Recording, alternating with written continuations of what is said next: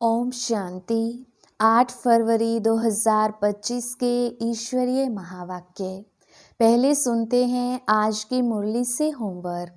बाबा ने कहा, तुम खुदाई खिदमतगार सच्चे सैल्वेशन आर्मी हो। तुम्हें सबको शांति की सैल्वेशन देनी है।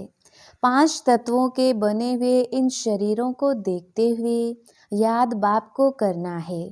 कोई भी देहधारी से लगाव नहीं रखना है, कोई भी कर्म नहीं करना है। इस बने बनाए ड्रामा में हर आत्मा का अनादि पार्ट है। आत्मा एक शरीर छोड़ दूसरा लेती है, इसलिए शरीर छोड़ने पर चिंता नहीं करनी है। और अब सुनते हैं महावाक्यों को विस्तार से। मुरली का सार।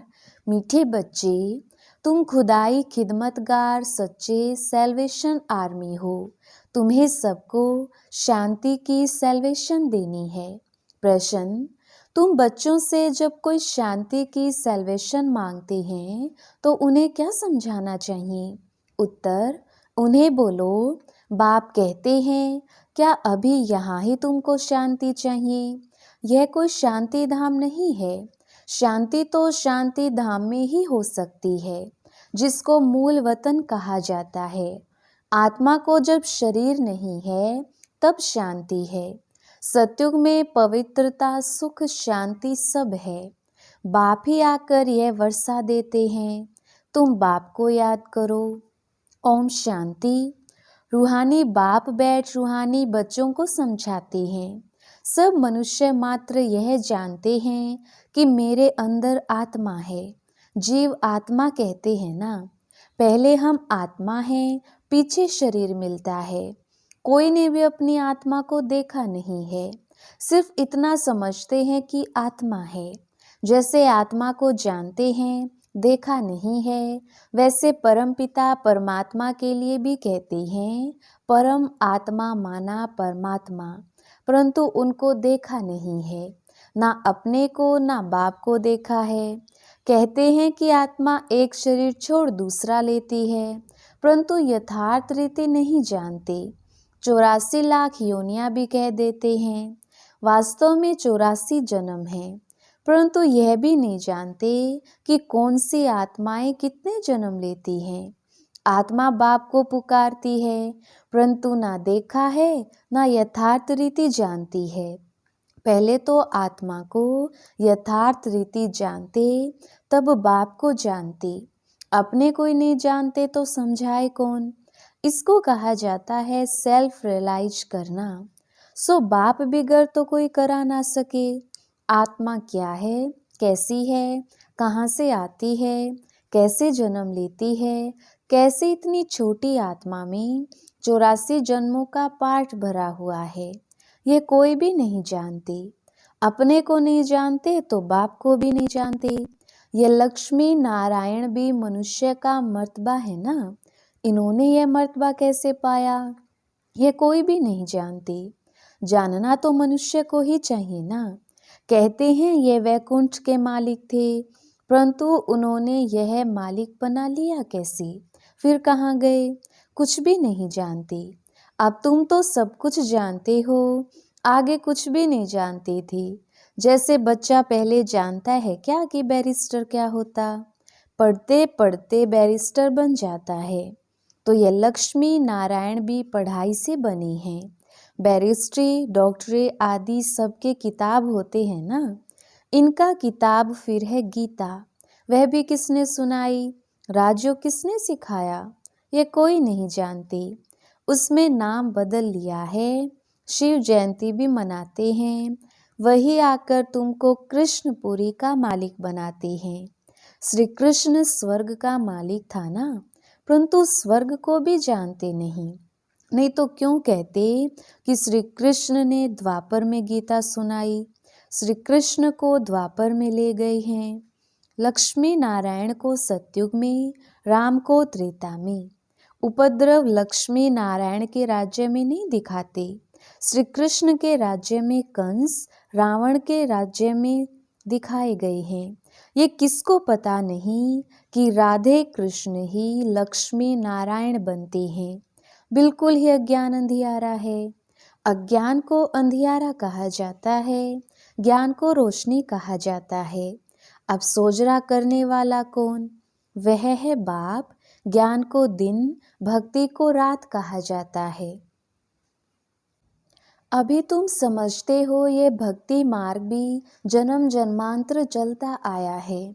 सीढ़ी उतरते आए हैं, कला कम होती जाती है, मकान नया बनता है, फिर दिन प्रतिदिन आयु कम होती जाएगी। 3 हिस्सा पुराना हुआ तो उनको पुराना ही कहेंगे। बच्चों को पहले तो ये निश्चय चाहिए कि ये सर्व का बाप है जो सर्व की सद्गति करते हैं, सर्व के लिए पढ़ाई भी पढ़ाते हैं, सर्व को मुक्ति धाम ले जाते हैं। तुम्हारे पास एम ऑब्जेक्ट है, तुम ये पढ़ाई पढ़कर जाए अपनी गद्दी पर बैठेंगे, बाकी सबको मुक्ति धाम में ले जाएंगे। चक्र पर जब समझाते हो तो उसमें दिखाते हो कि सतयुग में यह अनेक धर्म है नहीं। उस समय वह आत्माएं निराकारी दुनिया में रहती हैं। यह तो तुम जानते हो कि यह आकाश पोलार है। वायु को वायु कहेंगे, आकाश को आकाश। ऐसे नहीं कि सब परमात्मा है। मनुष्य समझते हैं कि वायु में भी भगवान है, आकाश में भी भगवान है।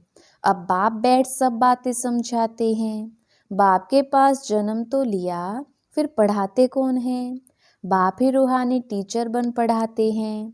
अच्छा पढ़कर पूरा करेंगे तो फिर साथ ले जाएंगे, फिर तुम आएंगे पाठ बजाने। सतयुग में पहले पहले तुम ही आए थे, अब फिर सब जन्मों के अंत में आकर पहुँचे हो, फिर पहले आएंगे। अब बाप कहते हैं दौड़ी लगाओ, अच्छी रीति बाप को याद करो, औरों को भी पढ़ाना है, नहीं तो इतने सबको पढ़ाए कौन? बाप का जरूर मददगार बनेंगे ना। खुदाई खिदमतगार भी नाम है ना। अंग्रेजी में कहते हैं सैल्वेशन आर्मी। कौन सी सैल्वेशन चाहिए? सब कहते हैं शांति की सैल्वेशन चाहिए। बाकी वह कोई शांति की सैल्वेशन थोड़ी देते हैं। जो शांति की सैल्वेशन मांगते हैं उन्हें बोलो, बाप कहते हैं क्या अभी यहाँ ही तुमको शांति चाहिए? यह कोई शांति धाम थोड़ी है। शांति तो शांति धाम में ही हो सकती है, जिसको मूल वतन कहा जाता है। आत्मा को शरीर नहीं है तो शांति में है। बाप ही आकर ये वर्षा देते हैं। तुम्हारे में भी समझाने की बड़ी युक्ति चाहिए। प्रदर्शनी में अगर हम खड़े होकर सबका सुने तो बहुतों की भूलें निकालें, क्योंकि समझाने वाले नंबरवार तो है ना। सब एक रस होते तो ब्राह्मणी ऐसे क्यों लिखती कि फलाने आकर भाषण करें? अरे तुम भी ब्राह्मण हो ना। बाबा फलाने हमारे से होशियार हैं। होशियारी से मनुष्य दर्जा पाते हैं ना, नंबरवार तो है ना।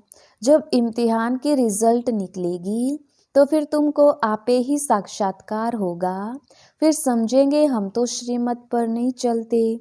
बाप कहते हैं कोई भी विकर्म मत करो, देहधारी से लागत नहीं रखो। ये तो 5 तत्वों का बना हुआ शरीर है ना। 5 तत्वों की थोड़ी पूजा करनी है व याद करना है। बल इन आँखों से देखो, परंतु याद बाप को करना है।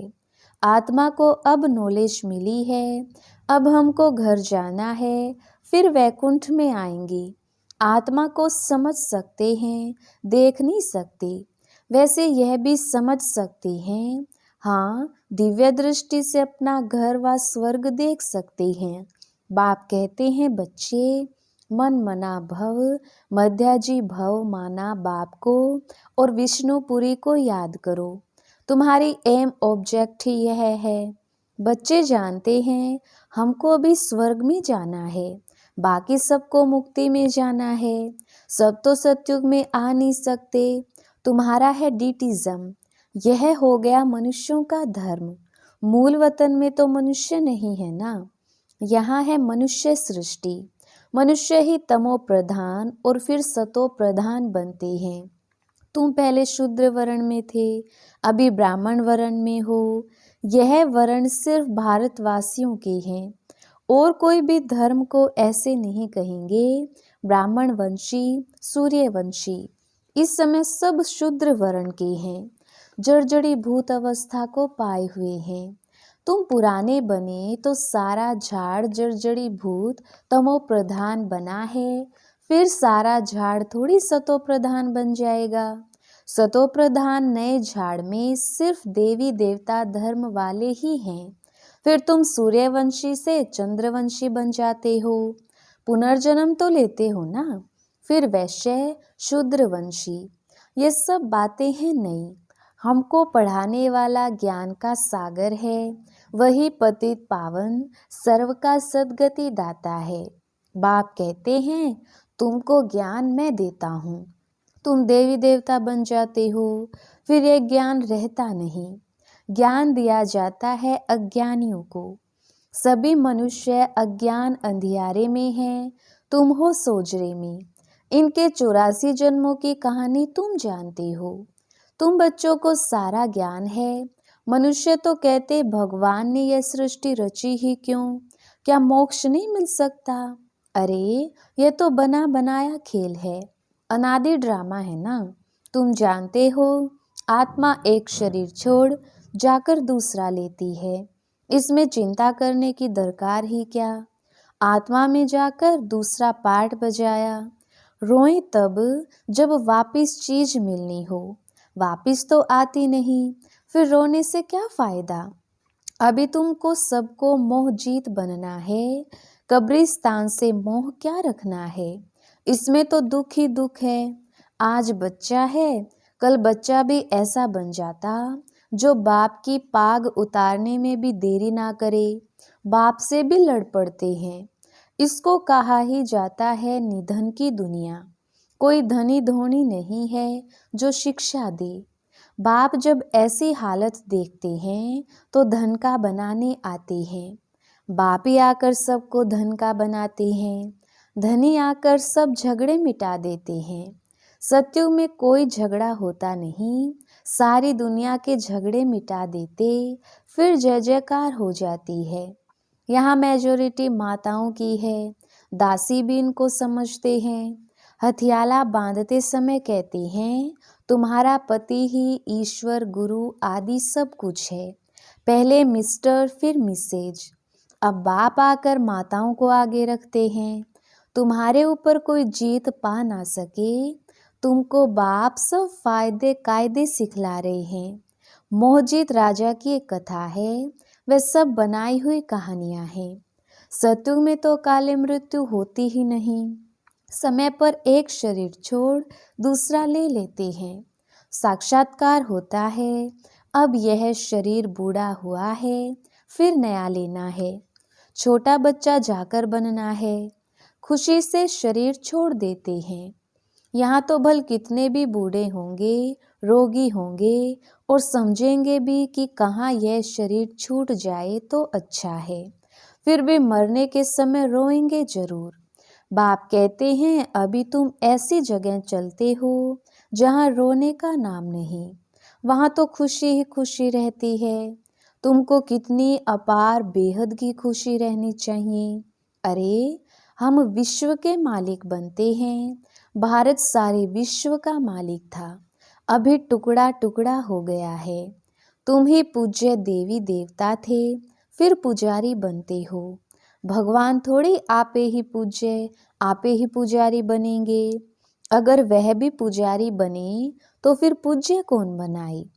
ड्रामा में बाप का पार्ट ही अलग है। ज्ञान का सागर एक है, उस एक की ही महिमा है। जबकि ज्ञान का सागर है तो कब आकर ज्ञान देवे जो सद्गति हो।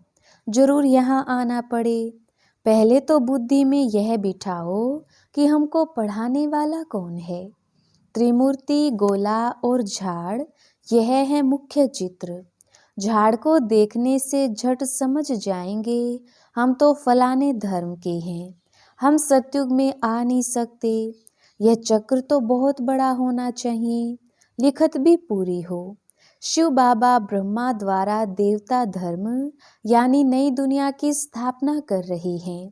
शंकर द्वारा पुरानी दुनिया का विनाश, फिर विष्णु द्वारा नई दुनिया की पालना कराते हैं, यह सिद्ध हो जाए। ब्रह्मा सो विष्णु, विष्णु सो ब्रह्मा, दोनों का कनेक्शन है ना। ब्रह्मा सरस्वती सो फिर लक्ष्मी नारायण बनते हैं। चढ़ती कला एक जन्म में होती है, फिर उतरती कला में 84 जन्म लगते हैं। अब बाप कहते हैं वह शास्त्र आदि राइट हैं व मैं राइट हूँ। सच्ची सत्य नारायण की कथा तो मैं सुनाता हूँ। अभी तुमको निश्चय है कि सत्य बाप द्वारा हम नर से नारायण बन रहे हैं। पहली मुख्य यह भी एक बात है कि मनुष्य को कभी बाप, टीचर, गुरु नहीं कहा जाता। गुरु को कभी बाबा व टीचर कहेंगे क्या? यहाँ तो शिव बाबा के पास जन्म लेते हो और फिर शिव बाबा तुमको पढ़ाते हैं, फिर साथ भी ले जाएंगे। मनुष्य तो ऐसा कोई होता नहीं जिसको बाप, टीचर, गुरु कहा जाए। ये तो एक ही बाप है, उनको कहा जाता है सुप्रीम फादर। लौकिक बाप को कभी सुप्रीम फादर नहीं कहेंगे। सब याद फिर भी उनको करते हैं। वह बाप तो है ही। दुख में सब उनको याद करते हैं, सुख में कोई नहीं करते। तो वह बाप ही आकर स्वर्ग का मालिक बनाते हैं। अच्छा, मीठे मीठे सिकिलदे बच्चों प्रति माता पिता बाप दादा का याद प्यार और गुड मॉर्निंग। रूहानी बाप की रूहानी बच्चों को नमस्ते। हम रूहानी बच्चों की रूहानी बाप दादा को याद प्यार, गुड मॉर्निंग और नमस्ते जी। धारणा के लिए मुख्य सार।